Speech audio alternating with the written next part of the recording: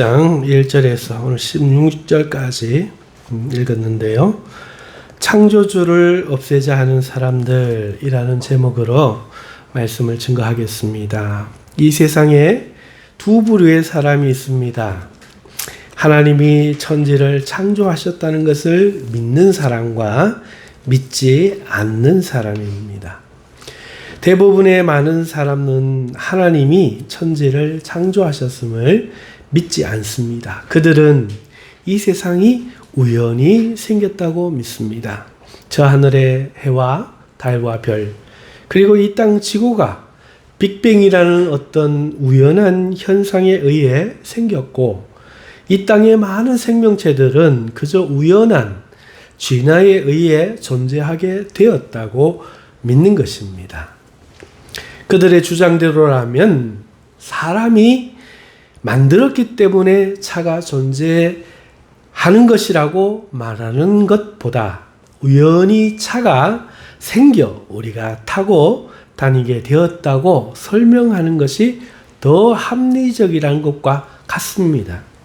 차가 저절로 생길 일은 절대로 없다고 우리는 단언할 수 있지만, 이것에는 모두가 동의하면서도 차보다 훨씬 존귀하고 비교도 할 수 없는 사람과 이 세상이 우연히 존재하게 되었다는 것에는 모두가 동의를 한다는 것이 그저 놀라울 뿐입니다. 과학이란 그 반대가 되어야 함에도 불구하고 세상은 그것을 과학이라 이름합니다. 차를 만들 수 있는 문명의 존재 사람처럼 이 세상을 만들 수 있는 능력 있는 어떤 존재 하나님이 계심을 부인하고 그의 창조를 부인하고 오히려 우연한 빅뱅, 우연한 진화는 인정하니 이것이 어떻게 과학이겠습니까? 과학은 인과관계가 밝혀져야 하는 것입니다. 결과를 증거할 수 있어야 하는 것이지요. 그래서 모든 지식은 증명할 수 있어야 합니다. 증명할 수 있는 것만이 증거요 과학인 것이죠. 차를 사거나 집을 샀다고 하는 것은 문서가 있어야 자신의 것으로 인정되는 겁니다. 그저 말로 내가 샀다 이렇게 한다고 해서 인정받지 못하는 것이죠. 이 세상을 만드신 분이 만든 결과를 앞에 두고 내가 만들었다고 성경은 명시하고 있습니다. 하지만 이것을 사람들은 이론이라고 합니다. 그리고는 빅뱅이니 진화니 하는 것을 과학이라고 하는데 이것들은 가설 아닙니까? 증명할 수 없는 주장인데 이것은 과학적인 이론이라고 말하고, 창조주가 짓고 나서 이것을 내가 지었다고 말하는데 이것을 이론이라며 믿지 않는 겁니다. 창조된 세상이 존재한다는 것 자체가 하나님이 만들었다는 것을 증거하는 그 증거인데도 불구하고 이거는 부정하면서 빅뱅이나 진화라는 가설을 내세우고는 증거하지 못해도 그거는 과학이랍니다. 어떤 이는 어리석어서 이 세상의 존재가 창조했다는 것의 증거라면 또한 진화나 빅뱅의 증거도 되지 않겠느냐 말하겠지만, 그것은 마치 차가 존재하는 것이 사람이 만든 증거라고 말한다면 또한 차의 존재가 우연히 생겼는 것의 증거도 되지 않겠느냐고 말하는 것과 무엇이 다릅니까?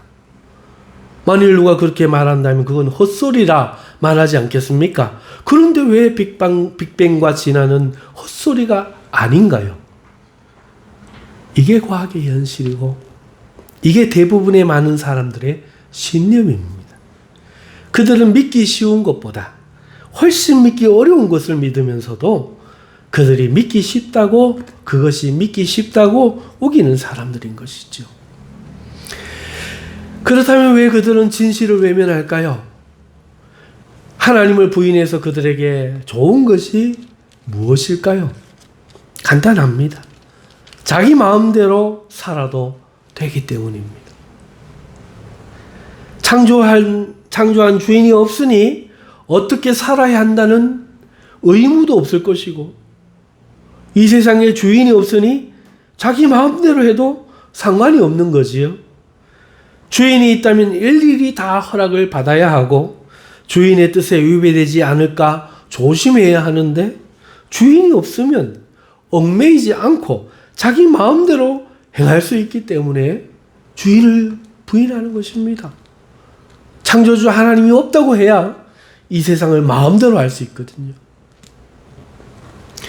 정확히 이것이 오늘 우리가 읽은 성경 본문의 본질입니다. 대제사장들과 서기관들과 장로들이 왜 하나님의 아들을 죽이려 합니까? 상속자가 없으면 자기들 마음대로 해도 되기 때문입니다. 상속자가 있으면 그렇게 해서는 안 되지요. 이게 불편한 겁니다. 예수님이 포도원의 농부들을 들어서 이것을 지금 비유로 대제사장들에게 이야기하는 겁니다. 너희 마음이 지금 그렇다. 너희들 마음대로 하고 싶지. 한 사람이 포도원을 만들고 농부들에게 세를 주고 타국에 갔는데 세를 받기 위해 종을 보내었더니 농부들이 세를 죽이는커녕 그 종을 때리고 욕보이고 그냥 돌려 보낸 것입니다.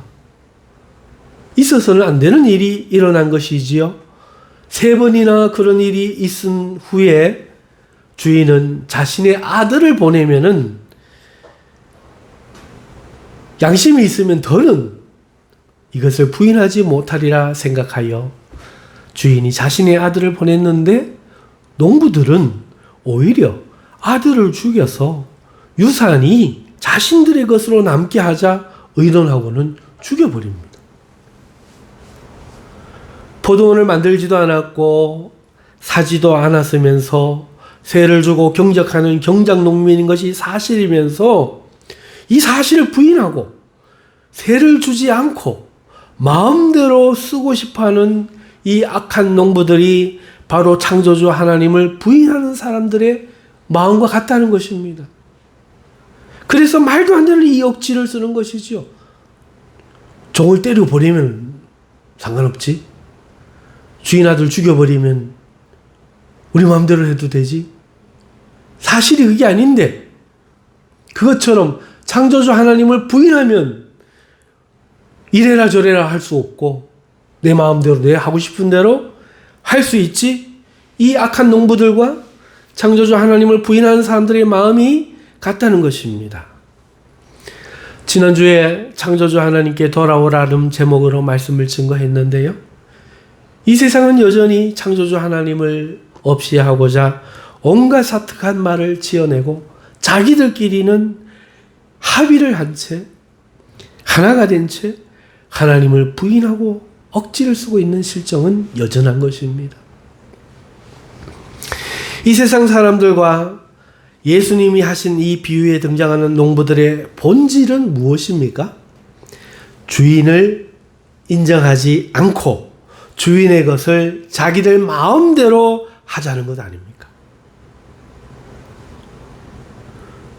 물건을 빌렸는데 이거 내 건데? 우기면 자기 것이 된다고 생각하는 어리석음이죠.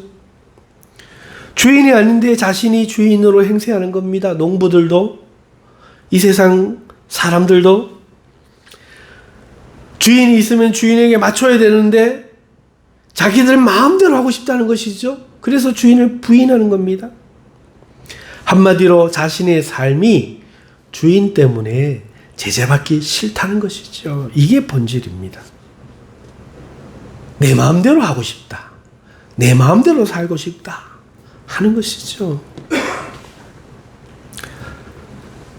자, 그렇다면은 세상이 그런 줄 우리가 알았다면은 이 본질을 이번에는 하나님이 창조하심을 믿고 사는 우리들에게 한번 대입을 해볼까요?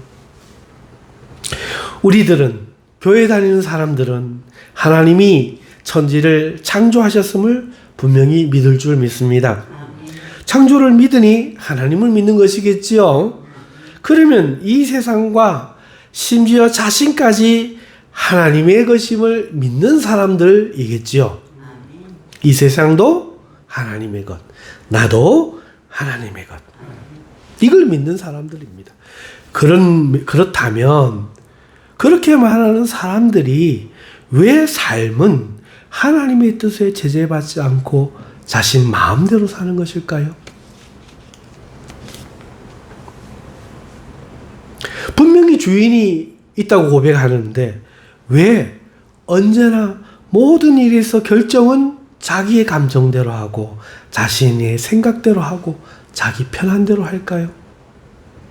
불편하면 안 하고 기분 나쁘면 안 하고 곤란하면 안 하고 하나님이 언제나 말씀하시는 그것에 순종하지 않고 순종하고 싶다고 말을 하면서도 결론은 내 뜻대로인가요?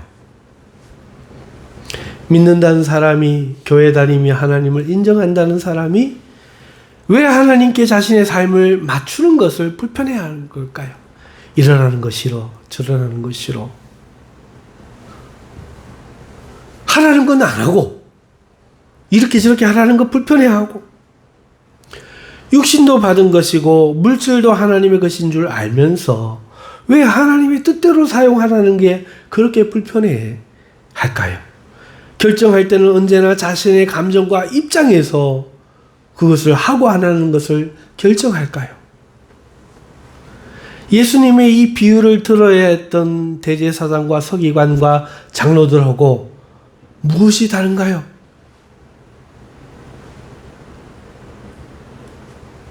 이게 본질입니다. 내 마음대로 사는 것. 창조주를 부인하는 사람들의 본질, 내 마음대로 하고 싶다. 대제사장, 서기관, 장로들의 본질, 예수님을 왜 죽이려 합니까? 내 마음대로 하고 싶다는 거죠. 내 뜻대로 하고 싶다. 오늘 교회 다니면서 예수님을 믿는다고 하는데 자기 뜻대로 사는 거예요. 내 마음대로 하고 싶다는 거예요. 내가 좋아하는 교회 나가고 내가 좋아하는 설교 듣고 내가 헌금하고 싶을 때 헌금하고 예배하고 싶을 때 예배하고 내가 기분 내키면 기도하고 모든 게 자기 뜻대로 합니다. 제가 요즘 꽂혀있는 문제가 뭔가 하면 자녀 교육 문제예요. 자녀를 사랑하면 매를 들어라. 가르쳐서 그렇게 하게 만들어라. 하는데도 자기 생각만 말해. 이러면 빗나간다. 이러면 어긋난다. 이러면서 자기 뜻대로 하는 거죠. 여러분, 하나님을 믿으면서 하나님을 제대로 믿으면 복을 받습니다. 예수님 믿는 사람이 복 받는다 그러면은 잘못된 설교라고 하는데 그렇지 않아요. 예수님을 제대로 믿는 사람은 복을 받아요. 성경 어디를 봐도 복을 받습니다. 예수님을 믿으면서도 왜 복을 못 받는 줄 아십니까? 사실은 믿는 게 아니기 때문에 그래요. 믿기는 믿어도 순종은 안 하는 겁니다. 이들처럼 하나님을 섬긴다고 하는데 내 마음대로 섬기고 싶은 거죠. 예수님이 와서 이래라 저래라 하는 게 싫은 거예요. 내가 대제사장이고 내가 존경받고 내가 원하는 대로 고쳐가면서 내가 즐거운 방식으로 열린 예배, 무슨 예배 하고 싶은 겁니다. 그러니까 예수님이 싫은 거예요.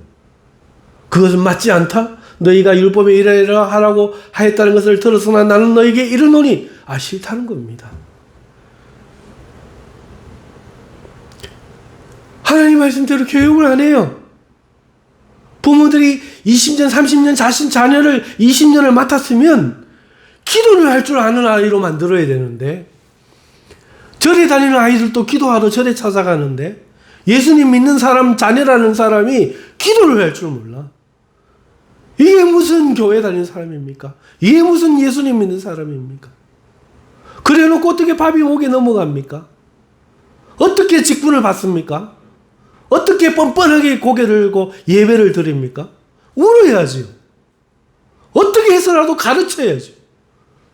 예수님 믿는 게 무슨 적선하는 거며 자선하는 것입니까? 네가 예수님을 믿고 예배하고 하나님께 매달려 살 수 있다. 눈물로 자녀에게 매달리고 눈물로 매를 들고 눈물로 보여줘야지요. 말은 그렇게 합니다. 그런데 안 합니다. 20년을 맡겨놨는데 자녀가 기도할 줄을 몰라요? 이게 대한민국의 현실입니다. 예수님 믿는다는 사람이 무슨 가상화폐를 하고 무슨 거짓말하는 정치 국회의원이 되고 이게 무슨 말입니까?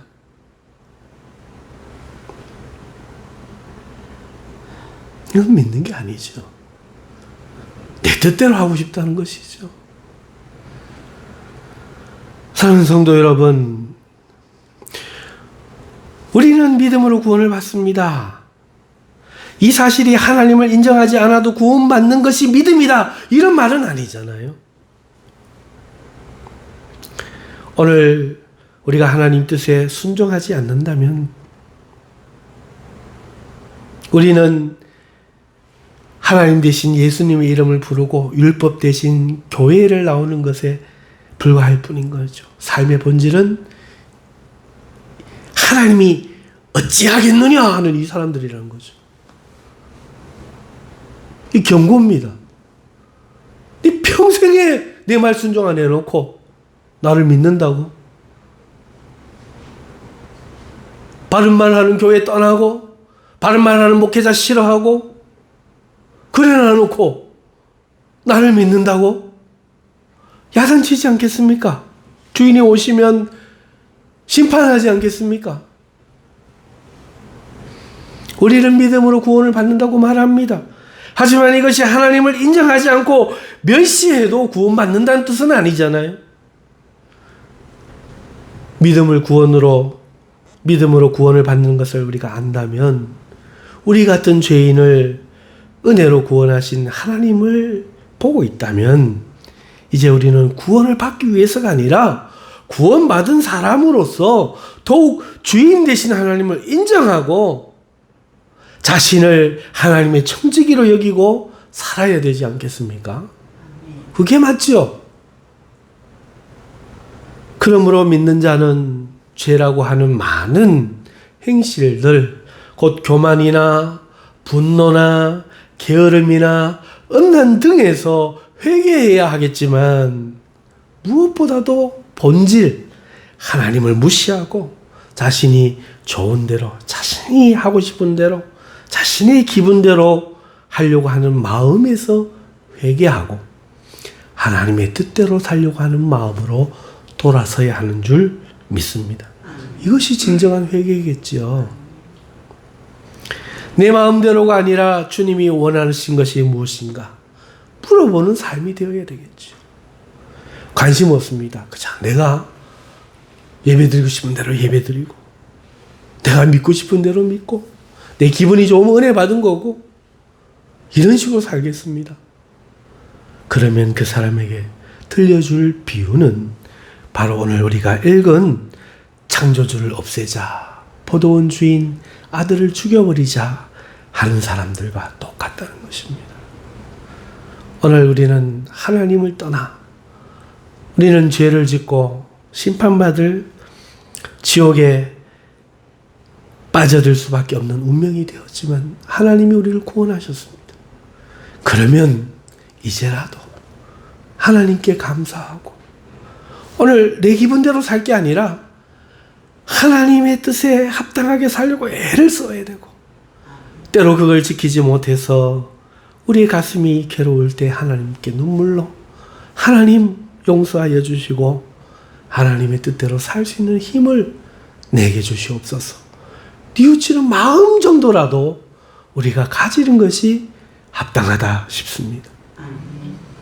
내 뜻대로 살려고 하는 마음, 내 행한 대로 합리화하는 이 마음 다 내어버리고 하나님의 뜻에 순종할 수 있는 그런 마음으로 돌아가는 이 기도의 밤 되시기를 주님의 이름으로 축복합니다. 우리 이 말씀 붙잡고 다음은 기도하시죠. 동성으로 하나님께